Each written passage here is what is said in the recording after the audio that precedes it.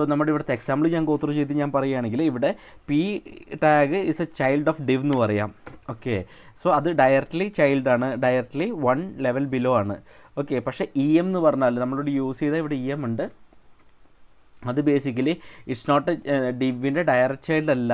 കാരണം EMനും ഡിവിനും ഇടയിൽ ഒരു പി ടാഗ് ഉണ്ട്. സോ ചൈൽഡ് എന്ന് പറഞ്ഞാൽ ഞാൻ ഡയറക്റ്റ് ചൈൽഡാണ് ഉദ്ദേശിക്കുന്നത്. ഓക്കെ, രണ്ടാമത്താണ് ഡിസെൻഡൻ്റ് എന്ന് പറഞ്ഞിട്ട്. സോ ഡിസെൻഡൻ്റ് എന്ന് പറഞ്ഞു കഴിഞ്ഞാൽ ഡയറക്റ്റ് അല്ലെങ്കിൽ ഡയറക്റ്റ് പ്ലസ് ഇൻഡയറക്റ്റ് ചൈൽഡാണ് നമ്മൾ, അല്ലെങ്കിൽ ഡയറക്റ്റ് അല്ലെങ്കിൽ ഇൻഡയറക്റ്റ് ചൈൽഡിനാണ് നമ്മൾ ഡിസെൻഡൻ്റ് എന്ന് പറയാം.